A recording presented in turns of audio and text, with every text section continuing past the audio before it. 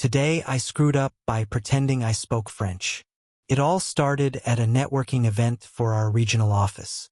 My boss told me a French exchange student named Camille would be visiting for a few weeks as part of some international internship program. I don't know what got into me.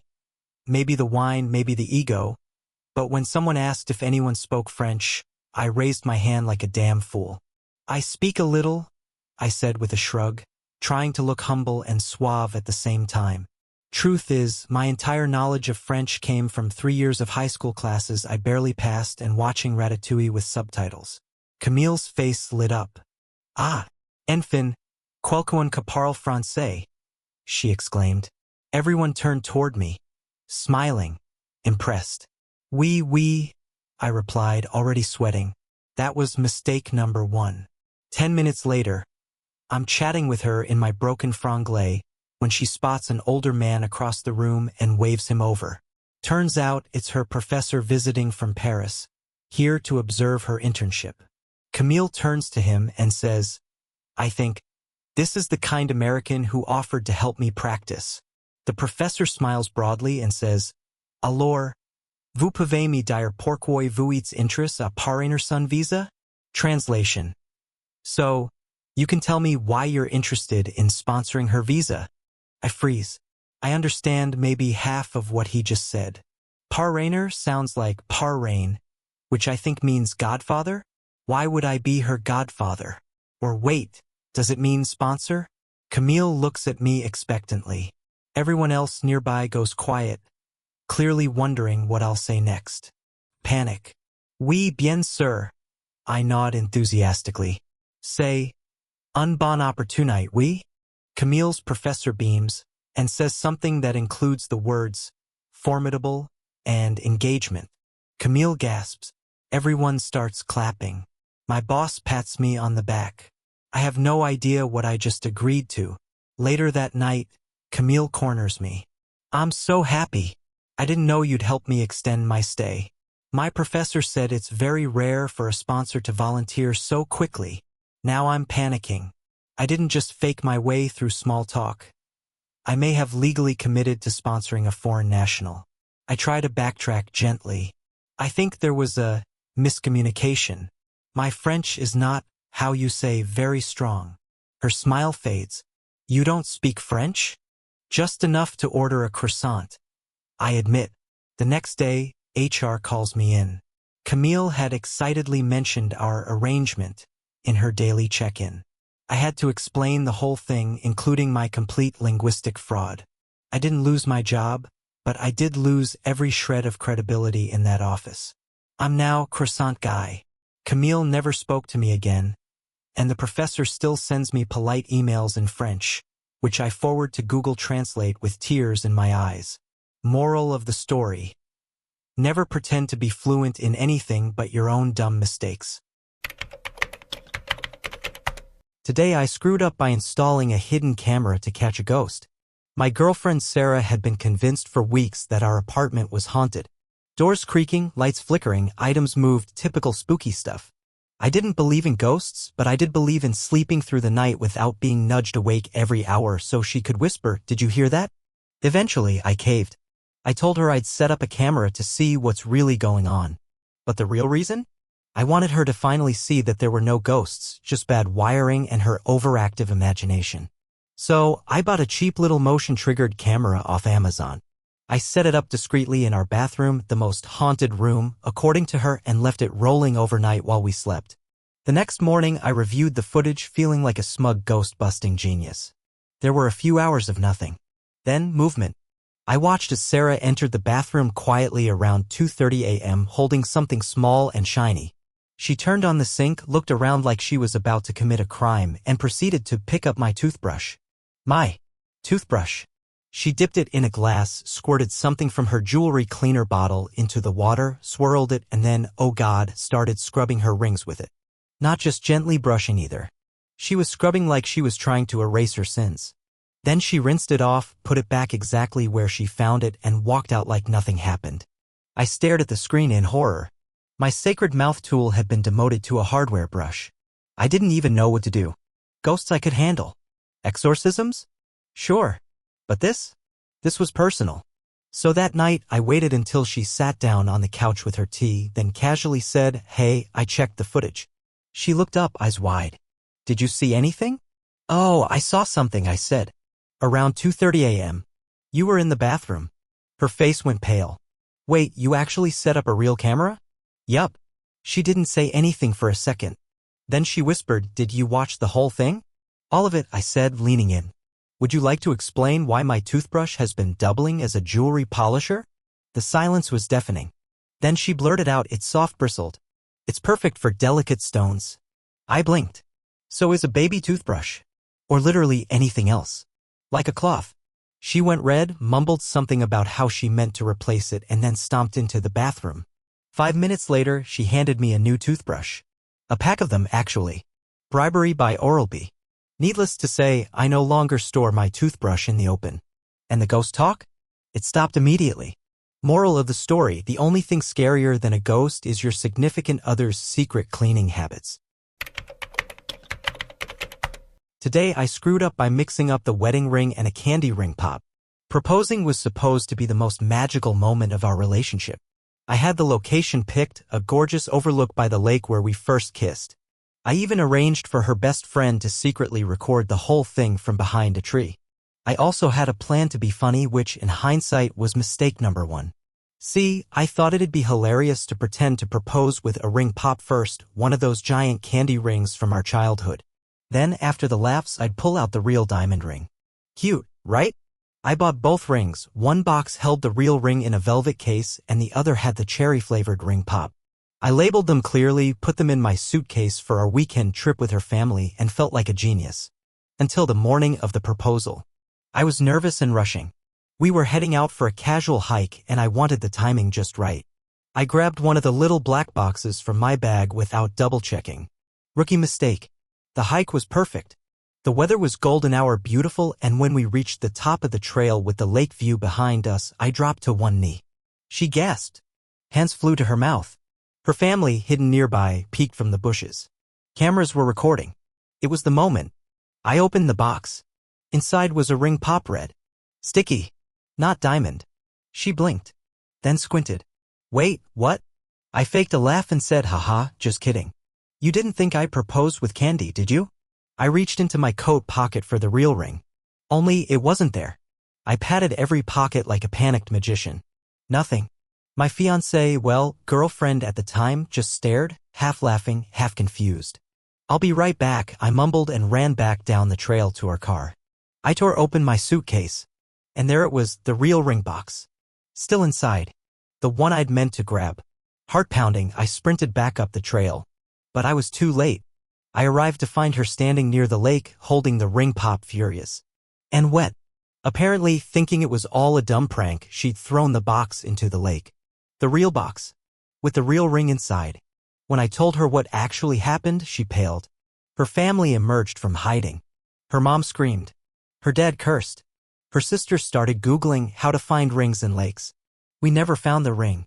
It's probably still somewhere under that muddy shoreline, buried in weeds and fish poop. She did eventually say yes after a new ring, a very public apology, and a vow never to mix candy with life-changing decisions again. Moral of the story, never put your jokes and your jewelry in the same kind of box. Today I screwed up by getting too comfortable on a Zoom call. It was my 3rd week at a new remote job. The company was big on video calls, team meetings every morning, one-on-ones twice a week, even casual, virtual coffee breaks. As someone who hates pants and loves working from bed, this was an adjustment.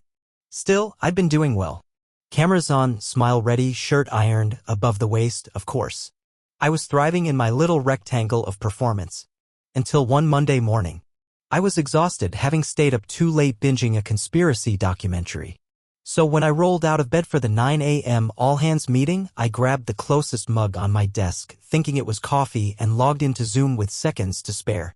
There we all were, 22 rectangles, including our brand new department head, a very polished woman named Clarissa who once worked for a senator and somehow made a blazer look intimidating through a screen. Everyone was chatting politely. I smiled, took a sip from my mug, and immediately realized I had just swallowed a mouthful of bourbon. Let me be clear, I am not a morning drinker. But the night before, I poured myself a couple fingers of bourbon to relax and left the glass near my computer. In my sleep-deprived state, I grabbed it thinking it was coffee. Of course, Zoom being Zoom, my camera was on full screen for whoever was speaking, and I had the unfortunate honor of being the one talking when I took the fateful sip. I must have made a face. Clarissa tilted her head. "Everything okay, Jake?" Trying to play it off, I chuckled. "Just stronger coffee than usual." Clarissa narrowed her eyes. "What blend are you drinking?" My mouth opened. Nothing came out. My brain scrambled. Jack Daniel's medium roast? A few people laughed. Clarissa didn't. Silence. My Slack notifications started blowing up. "Dude, did you just say Jack Daniel's? LMFAO, what's in that cup? HR's gonna love this one." Trying to recover, I joked, kidding. I meant, my mug says that. It's a gag gift. Clarissa gave a tight smile. "Let's touch base after this meeting, Jake." The rest of the call blurred. I couldn't focus. I kept imagining a pink slip arriving by email before lunch. Afterward, Clarissa messaged me for a quick chat. I was sweating bullets. She opened with, "So? You know why we're here?" I confessed everything. The mug mix-up. The lack of sleep. My poor attempt at humor. I even held up the offending glass. To my shock, she laughed. "You're lucky I believe you," she said. "And that it's your third week, not your third year." I promised to never drink bourbon, joke about bourbon, or even think about bourbon during meetings again. Now, my teammates call it the brew herd round the Zoom. Clarissa occasionally asks if I'm drinking real coffee just to mess with me. Moral of the story, always sniff your cup. Especially on camera. Today, I screwed up by sending my gym progress pics to my mom. "Look, I've been hitting the gym hard. 6 months straight of meal prepping, lifting, protein shakes, and enough broccoli to green an entire county. I was proud of my progress, finally developing abs where there used to be only marshmallow. So once a week, I take a shirtless progress photo in the mirror and send it to my trainer. He gives me tips, motivation, and the occasional roast when I skip leg day. Simple routine. Until it wasn't. Last week, after finishing a particularly intense leg and back day, I snapped a photo post-shower, nothing indecent, but definitely shirtless and flexed. I meant to send it to my trainer via WhatsApp with a cheeky caption, "Operation Thirst Trap is go." Instead, I sent it to the family group chat. Let that sink in. The group chat with my mom, dad, 2 aunts, my grandmother, and my little cousin. It took about 3 seconds for my soul to exit my body. First came the triple dots. Then the first message. "Mom, wow. Proud of you, honey, but maybe next time with a shirt." Aunt Lisa, "Okay, Mr. Muscles flexed biceps fire." Grandma, "Is this what you send to the ladies now?" Dad didn't respond. I assume he's still trying to process what happened. Then came my younger cousin's response, "Bro, I'm traumatized." I wanted to die. In a panic, I tried to delete the message, but of course, it had already been seen by everyone. The image was even saved to the cloud, according to my aunt's message, who asked if she could show it to her yoga group as inspiration. I texted my trainer separately and told him what happened. His response? LOL. Now that's accountability. By lunchtime, my mom had called to check on me and gently suggested that I make separate chats for professional things and family stuff.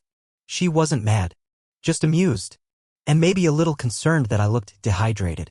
My Aunt Lisa hasn't stopped commenting fire on every single thing I post on Facebook since. I had to mute her. The worst part? My cousin turned it into a meme. He photoshopped my face onto a Roman statue, gave me laser eyes, and captioned it, "When you accidentally flex on the whole family." It went mildly viral. My coworkers found it. HR has not contacted me yet, but I live in fear. Now I triple-check every message. I've renamed my trainer "Do Not Screw Up" in my contacts. I also bought a robe. Just in case. Moral of the story, gym gains are temporary.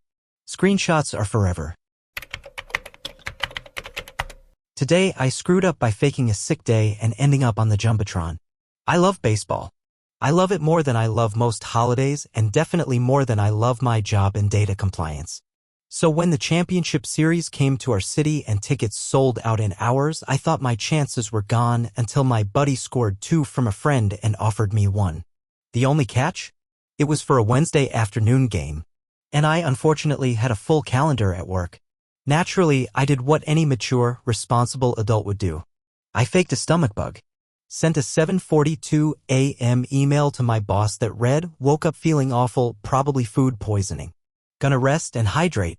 So sorry for the short notice." He responded with a kind "take care of yourself," and that was that. Game day arrived. My friend Ever the Schemer suggested we wear wigs and sunglasses just in case, which honestly felt unnecessary but fun. I threw on a fake mustache for good measure. We looked like rejected extras from Super Troopers. The seats were amazing, third row right behind first base. I was in heaven.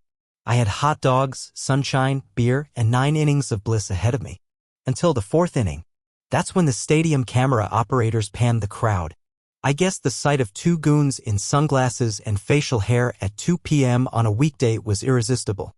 Suddenly we were on the Jumbotron. In full HD. The stadium MC dubbed us baseball brothers of the day, and we played it up. High fives. Chest bumps. We even choreographed a ridiculous little wave routine. The crowd loved it. I was riding high until I got a text from a coworker. "Dude, are you on the Jumbotron right now?" Followed by a screenshot. Then another message. From my boss. "Glad you're feeling better, Nutraface." I stared at the text, wishing I could crawl under the stadium and become one with the peanut shells and spilled soda. The rest of the game? A blur. I couldn't enjoy it. Every time I cheered, I imagined my career being escorted out in shame like a heckler in the nosebleeds. The next morning, I dragged myself into the office wearing the expression of a man who knew his fate. My boss didn't say a word. Just nodded slowly when I walked past. At lunch, someone had taped a screenshot of the Jumbotron moment to my monitor. Captioned, "Catching foul balls and feelings of regret." That was 2 weeks ago. I still have a job, but I'm the office meme now. People occasionally cough when they pass me. Someone even left a baseball on my desk with a note, "Heard you caught a case of the Grand Slam." Moral of the story, if you're going to fake being sick, don't do it in front of 40,000 people and a live feed. Today I screwed up by taking a nap in my car during my break. I work for a tech company in a big glass building where the floors are full of developers, designers, and enough office plants to oxygenate a small rainforest. My role is a mix of IT support and general panic management. It's mentally draining. So one day, after a string of back-to-back system crashes, I hit that 2 p.m. wall. You know, the one where your soul tries to escape through your eye sockets and your body is just a husk that wants silence and horizontal surfaces. I needed a break. But the break room was packed. My desk was too exposed. So I did what I'd done a few times before. I went down to the parking garage, climbed into the back seat of my car, set a 20-minute timer, and passed out. Bliss. Pure, uninterrupted silence, except for the occasional car door or someone blasting Lizzo through half-shut windows. What I didn't know was that during my nap, someone from HR walked past my car. And apparently the fogged-up windows gave off the wrong impression. By the time I got back to my desk, I had 3 unread Slack messages and 1 meeting invite titled, "Quick Chat, Car Incident." My heart dropped. I walked into HR's office like I was about to confess to a crime I didn't commit. "Hey," said the HR rep, overly cheerful. "So, someone reported seeing you in your car with another employee." Wait, what? There were steamed-up windows. Movement. A lot of assumed activity. I stared at her, stunned. I was alone. I was napping. There was a pause. A nap. Yes. Just me. In the back seat. I was exhausted. Another pause. "Well," she said slowly, "that's a relief." Relief for her, maybe? I was mortified. She asked if I had any proof. I nearly offered to show her my sleep app data before realizing how insane that would sound. Eventually, she said I wasn't in trouble but suggested I find a more appropriate rest area in the future. She also mentioned that a few people were concerned about the potential for unprofessional activity. The next day, there was a new office-wide memo reminder: personal time should be spent in designated lounge areas. And a brand new sign on the garage elevator: no sleeping in cars. Guess who's now known as the parking lot Romeo? People make jokes. They wink at me in meetings. Someone even left a bottle of Windex on my desk to help with the window fog. I no longer nap in my car. I also now walk with a brisk, purpose-filled pace any time I'm in the garage, just to broadcast that I am a man on a mission, not a man seeking forbidden snoozes. Moral of the story: even innocent naps can look suspicious behind tinted glass. Especially in the back seat. Today I screwed up by rehearsing a breakup out loud. Breaking up with someone is never easy, especially when you've been together for 3 years and share a Netflix password, a dog, and a favorite coffee spot that feels like your place. But I knew it had to happen. The love was gone, and the relationship felt more like an awkward roommate arrangement with occasional emotional landmines. So I did what any emotionally constipated man would do. I practiced my breakup speech in the mirror. It was Saturday morning. I figured she was out for a jog, something she did every weekend. I locked myself in the bathroom, stared into the mirror, and began rehearsing. Listen, I care about you deeply, but I don't think we're working anymore. Then I tried the more direct approach. This relationship feels like it's expired. Like milk that's a week past due, but we're both pretending it smells fine. Then I got dramatic. We've become background noise to each other's lives. Yes, that one felt powerful. A little much, but hey, breakups need impact. I cycled through versions, rewrote lines in my head, changed my tone. I even fake cried at one point to see how I'd sound if things got emotional. It was like method acting for heartbreak. After about 20 minutes, I emerged from the bathroom feeling confident. I walked into the living room, expecting to find it empty. Instead, I found her sister, sitting on the couch. She looked up at me, jaw slightly open. She was holding her phone, still recording. You heard all that? Oh, I recorded all that, she said, like she was reporting for TMZ. Apparently, she had dropped by to return a book and heard me talking. When she realized it wasn't a Zoom call or a podcast, she started filming, just in case it got juicy. She didn't just hear me practicing. She heard everything. And within 10 minutes, so did my girlfriend, because her sister sent her the clip. That evening, she played the whole thing back for me on speaker, expression unreadable.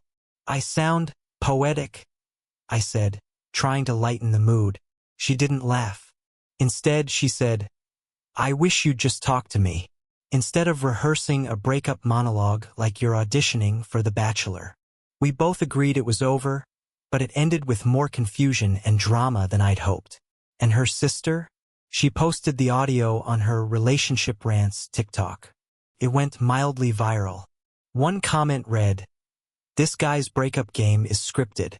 Someone give him a writing job." Another said, "He practiced more for this breakup than I did for my bar exam. Now I'm single, infamous online, and occasionally recognized at coffee shops as the monologue guy." Moral of the story, rehearse in your head, or in the car, or, I don't know, not at all if there's a chance your breakup ends up with a standing ovation on TikTok. Today I screwed up by cooking with a secret ingredient. Family dinner at my house is a big deal. Every Sunday, like clockwork, my parents, siblings, a few in-laws, and my always hungry cousin Trevor gather around our table like it's Thanksgiving on repeat. Last Sunday, I volunteered to cook. My mom was thrilled. "Try something new," she said. "Make it memorable." Oh, I did. While rummaging through my grandfather's pantry, he passed last year, and we still keep some of his things in storage, I came across a small glass jar labeled Grandpa's Special Mix. No other description. Just that in faded black marker. I opened the lid and took a whiff. It was herby, kind of earthy. Smelled like oregano and something else, maybe cumin? It looked like the kind of thing grandpas add to everything and swear it makes food taste like home. So I figured, why not? I made a big roast chicken with potatoes and a creamy mushroom sauce. Into the sauce went a few generous pinches of Grandpa's Special Mix. I stirred it in with pride. Dinner was a hit.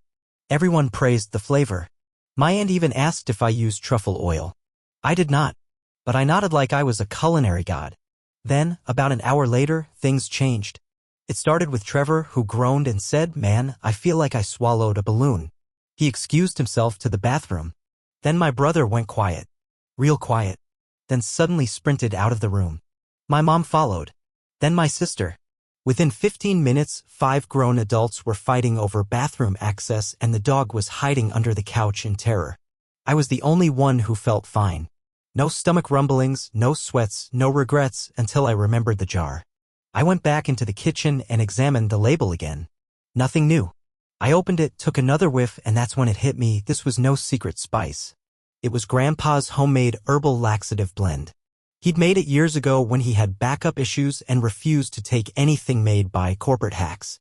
It was meant to be steeped in tea, 1 tiny pinch per mug. I had used 3 full teaspoons. For the entire family. I called my mom. She answered from the bathroom and just muttered, "What did you do?" I confessed. There was a long pause. Then she started laughing. We spent the rest of the evening in gastrointestinal chaos. We now refer to it as the Great Cleanse of 24. The group chat has since been renamed Spicy Sunday Survivors. And Grandpa? Wherever he is, I hope he's laughing his socks off. Moral of the story: never cook with unlabeled grandparent spices. Some of them are less flavor enhancer and more biological weapon. Today I screwed up by trying to impress my crush with a guitar solo.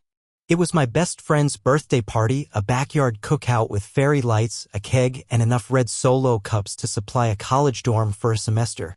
And she was there. Emma. The girl I'd had a crush on since sophomore year, who had recently become single and, according to whispers, was open to dating someone fun. I was determined to be that fun guy. So when someone brought out an old acoustic guitar and jokingly asked, "Anyone here know how to play?" I saw my moment. "I dabble," I said, which was a lie. I hadn't played seriously in over a year. My calluses were gone. My strings were probably older than some of the party guests. But I picked it up, casually tuned it, well, I thought I did, and began my masterpiece, the opening of Stairway to Heaven. In my mind, I was Jimmy Page reborn. In reality, I sounded like a raccoon tap dancing on a pile of rubber bands. The strings were completely off. Like demonic cat screeching in a wind tunnel off. My fingers couldn't remember the chord progression. At one point, I strummed the wrong key so hard that a guy near the grill physically winced. Emma was sitting on the patio swing with a drink in hand, watching with an expression I can only describe as second-hand embarrassment mixed with curiosity and fear. Still, I pressed on. Midway through my mangled solo, one of the strings snapped, a dramatic, twangy death cry that echoed through the yard like an audio jump scare. People clapped, but not in a good way. It was the kind of awkward, polite clapping people give to a toddler who tried to juggle and hit themselves in the face. I muttered something like, "Well, that string had it coming," and tried to laugh it off. Then someone else said, "Hey, isn't that your ex's song?" And sure enough, from the shadows emerged her ex, Brian. Tattooed. Confident. And yes, in a band. He took the guitar, strummed it effortlessly, winced at the tuning, fixed it in 30 seconds, and launched into an actual impressive rendition of the real Stairway to Heaven. With vocals. Emma lit up like a Christmas tree. I slunk away toward the chips table like a rejected extra in a rom-com. To make things worse, the entire performance was caught on someone's Instagram story, including my broken string, my grimace, and Brian's rock star redemption arc. The caption? From cringe to king in under 60 seconds. I spent the rest of the night talking to someone's uncle about lawn care. Moral of the story: if you're going to impress your crush with a guitar solo, maybe make sure you remember how to play it first and that her ex isn't secretly lurking with better hair and perfect pitch. Thanks for watching. If you enjoyed these stories, don't forget to like, subscribe, and hit that notification bell so you never miss a new one. And tell us in the comments, how did you screw up today? We might just feature your story next.